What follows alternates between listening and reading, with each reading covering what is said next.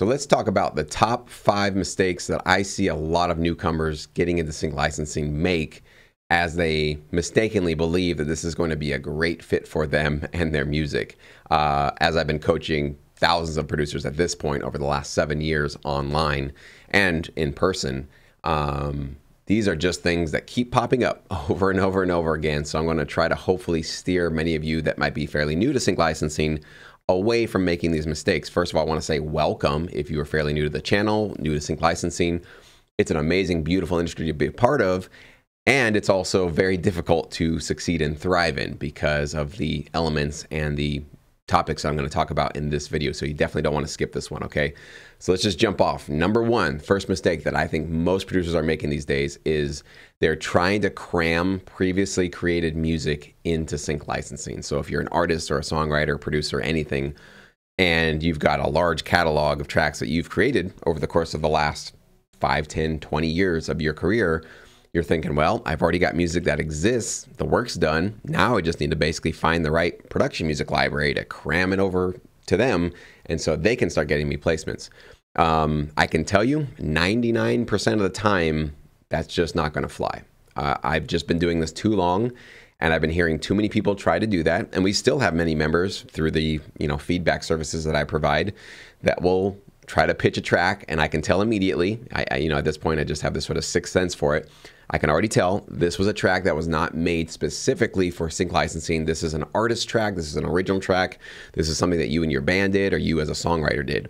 Might be a great song. I might even be a fan of it, but that doesn't mean that it's perfect or relevant or useful or structured correctly for sync licensing. We do something called production music on this side of the business, and we call it production music for a reason. It needs to serve a production's purpose, right? What is a production? Well, that could be a TV show, that could be a promo, it could be a radio station, it could be a video game, it could be a trailer.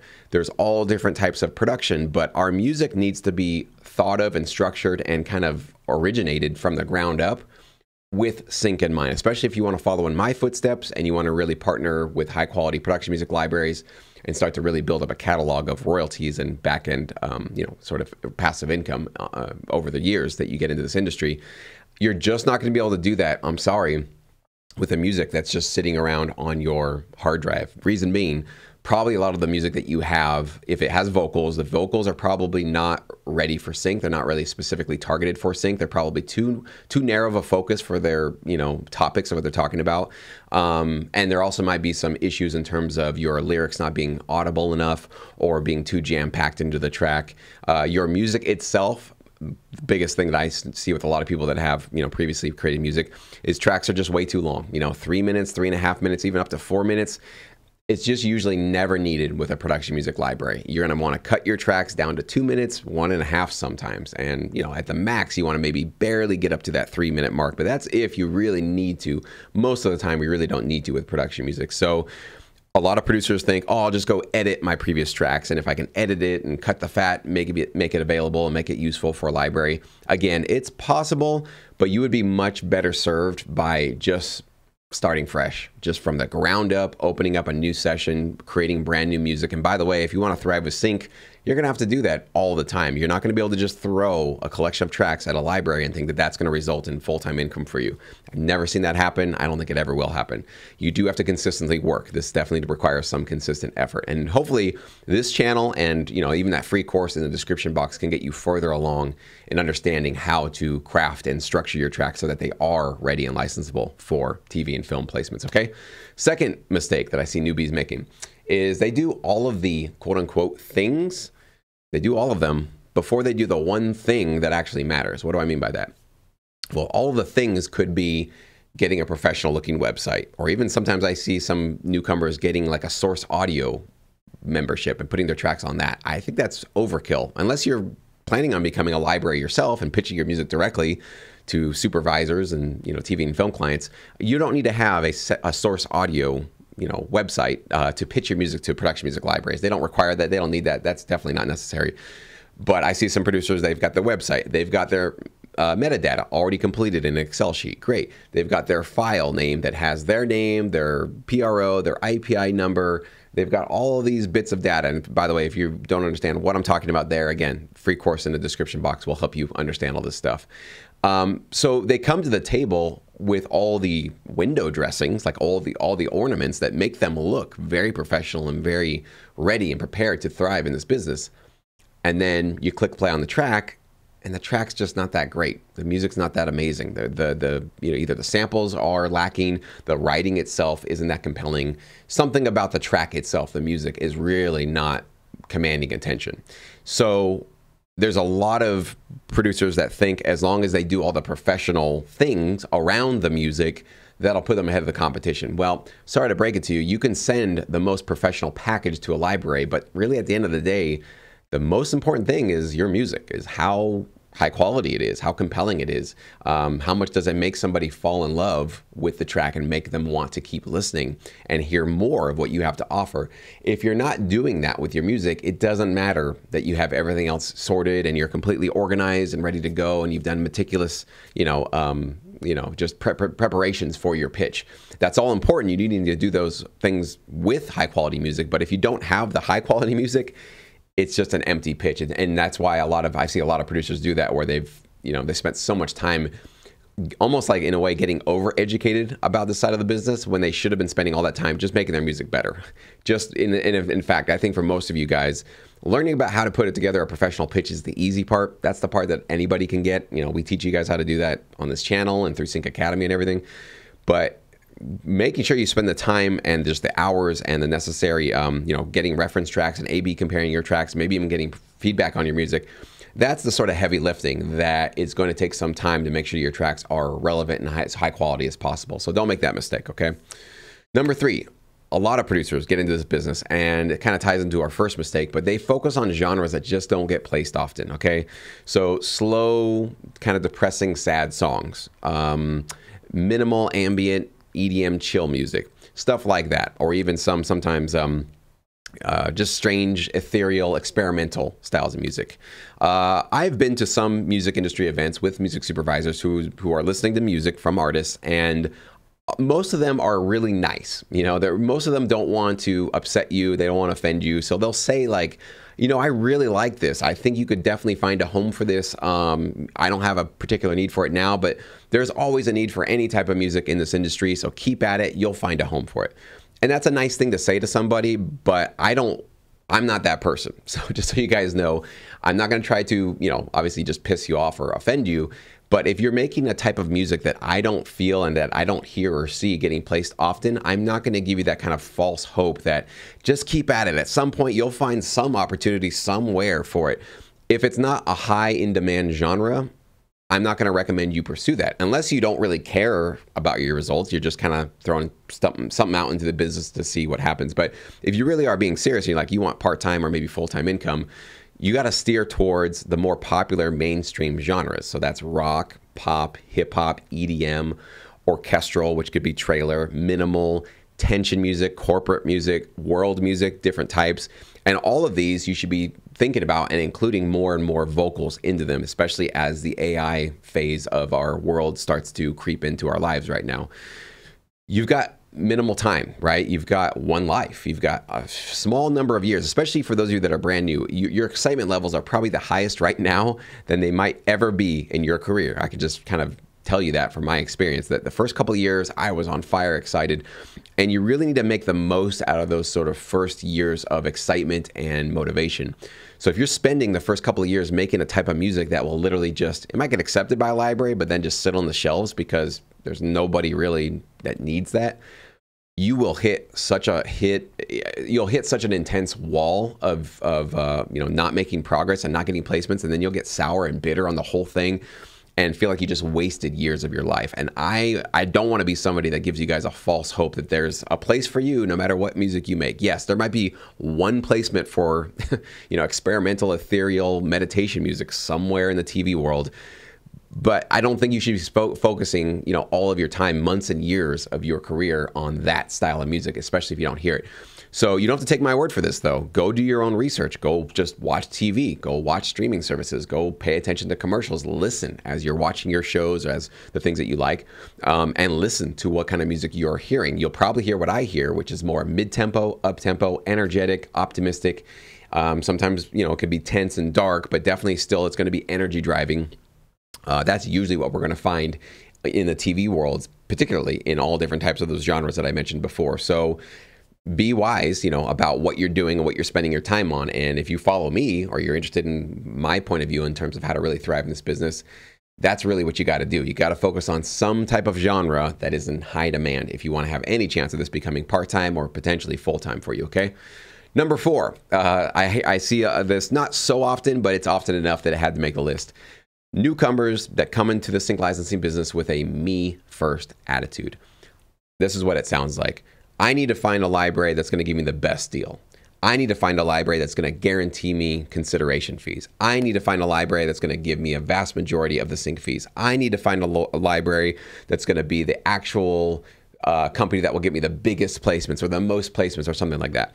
So all of those things are fine to want and to shoot for. I'm not saying we shouldn't be valuing ourselves and valuing, our work and our music, and we definitely want to get paid for it. That's basically the main reason why, for me, sync licensing was the path of least resistance, as I'm thinking that's for, that feels right for many of you.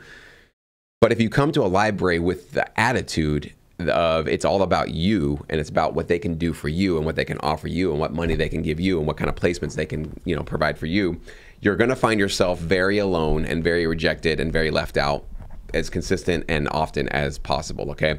So it's a small difference, but basically it is in about like how you are talking to these people. Sorry, my little clip thing is falling apart here in the video. But it's how you talk to people, it's how you conduct yourself, it's how you email people. And also when there's a brief that's sent to you for an opportunity of, hey, we need some custom music for a national ad campaign, are you in? If you're coming to it with this attitude of like, well, I don't know because I expected more from a sync fee. I don't know because of this and that, and I'm not sure about it's a work for hire buyout. No, I'm not going to do that. Oh, you want this done in 2 days? That's not convenient for me, and that's really putting me under the spot. I don't appreciate that pressure you're putting me under. Even if you never say any of these things, if you kind of just emanate that, your vibes can be felt by other people that you work with in this business. And I'll tell you, talent is not more important than being a likable, cool, just hungry producer, okay? If you're likable, if you're fun, if you are hungry, if you're ready to work, if you're really more about the client, the brief, the opportunity, if that's really what you want to make sure that you're focusing on to ensure that your tracks are, just making sure that this TV commercial is stronger than it was before your music, if that's really your focus, your library owner, whoever's offering you the opportunity, will feel that, they'll notice that, and guess what? They will want to send you more opportunities in the future because you're fun to work with and you're eager and you're easy. You don't provide headaches and you're not constantly, sort of like just causing problems and homework for them, right? So again, you decide which opportunities you submit to. Some, I've said no to many opportunities that I feel like just wasn't worth my time, or the offer just was like, that's kind of insulting, you're taking too much or whatever. So again, I'm not saying you should just say that yes to anything and we should just prostitute ourselves out to whatever opportunity we get. But being humble and being hungry and being ready to be a team player and do anything you can to serve the needs of somebody who's giving you an opportunity, even if it's not an amazing, huge opportunity, it is an opportunity. That humble and grateful mindset is what attracts more success. So you might be doing a lot of gigs in the first part of your career that aren't super sexy, aren't really very lucrative, but I can guarantee you that what those will do is they will signal to those people that gave you those opportunities that you are a team player and you're fun to work with and you're ready to go and you really want to help them serve their clients.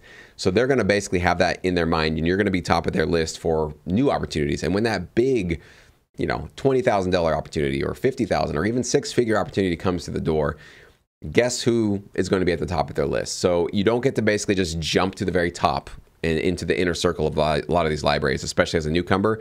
You have to earn your way there by having this sort of you first attitude, opportunity first attitude, or brief first or TV client attitude. And you don't necessarily want to get in your own way by doing that. And that's, obviously easier said than done, but definitely a mistake. And then the last mistake, definitely not least, very, very important, is false or hyped up expectations about what this industry really can provide. So if you're on LinkedIn or you're on Instagram, you might be seeing people talk about sync and like, check it out, I just got this Avengers thing, and I just got that, I just got this. And so you might see that and think, whoa, like that producer probably just made $10,000, $50,000, and now they got all these royalties, and wow, that's like one placement and they've got a whole career on their hands. That's all I need. I just need that one track and one placement. And then you get excited and you jump into it and you start sending your music to libraries. and a couple of months go by and nothing happens. Maybe your tracks haven't even been registered after a month or two. You certainly aren't seeing any placements. And your library owner just says, hey, can you give us some more music? And you're like, well, you haven't got me any placements yet. Why should I give you more music? And that's because your expectations from the very beginning were probably dialed up way too high, because there's a lot of hype and there's a lot of overselling this industry. I'll be honest, I know that I talk about exclusively sync licensing. I'm definitely a hype man for the business, and I can attest to that from my own personal results from it. But it is not everything that people online are talking about or hyping up. And a lot of times this is just sort of the casualty of social media, is we're just seeing the highlight reels of people's careers. And so you're just seeing the really exciting, amazing results of it, but you don't see the hours and weeks and months and sometimes years of just grinding out, making track after track after track without a lot of amazing results coming in very quickly. That's not fun. That's not interesting. That's not going to go viral on the internet. So you're just never going to see that, okay? So I have always tried to let you guys know with my videos, especially with this one, that it is going to be, it's work. It's a grind. It's hustling. Yes, there are amazing upsides. You guys know about all those upsides, but those upsides don't come instantly, immediately. And just because you found out about sync licensing and you have some high quality music, it's not just coming to you, right? This is something that you really do have to earn, because earning it means that you have to consistently show up, even when you're not seeing amazing results very quickly. And you have to have faith in yourself, that you believe that you have something valuable and that the library partners that you're working with are high quality and that they're really advocating for you. So there's a lot of faith involved. There's a lot of just sticking with it, even when you don't see all these amazing placements and income and sync fees and royalties that you obviously eventually want. So hopefully you have a realistic expectation that this is, for me, what I recommend, it's about a 2 to 5 year plan before you'll start to see, that's if you're doing everything correctly. Again, this isn't guarantees, but from what I've seen from my students that are people that are following some of the even recent success stories you guys might have seen on my channel of students that have really been doing well, it's about that 2 to 5 year period that they start to see income that can start to make up for about maybe 50% of their income, or sometimes less, sometimes more. But at least it's something that's growing, and usually exponentially growing, to the point where they can start to rely on this side of the business for some percentage of their income. So if you don't have 2 to 5 years in you to really stick this out and really, keep your head down and keep grinding and keep making music, don't do it. The life is too short. You can go find probably plenty of other things that are maybe more interesting for you. You really got to just be in love with the craft of making music if you really want to make this work for the long run. So this video went way longer than I anticipated. Hopefully this was helpful for you guys. Please leave your comments below if there's any other questions, or maybe even other mistakes that you have maybe already made yourself, or you notice that other people are making. Post them below. It might be fodder for some new content I put here on the channel. But I just want you guys to be aware of this kind of stuff, because I have kind of a privileged, amazing position here as the the sort of head here of Sync My Music. Is I am just in constant communication and giving feedback to so many producers and new coming producers into sync licensing. So because I've seen so many, like at this point, like thousands literally of people that are getting in this industry, it's so, now after many years of doing this, it's so easy to notice the mistakes and try to make sure you guys are steering in a more productive path for yourself. So hopefully this video was part of you guys being able to do that. Thank you so much for watching. Make sure you subscribe if you're new, and leave this like, and leave a like on the video. And if you did find this useful and valuable, share it with a friend or a producer community that you're a part of, and we would love to keep the conversation going with all of you guys.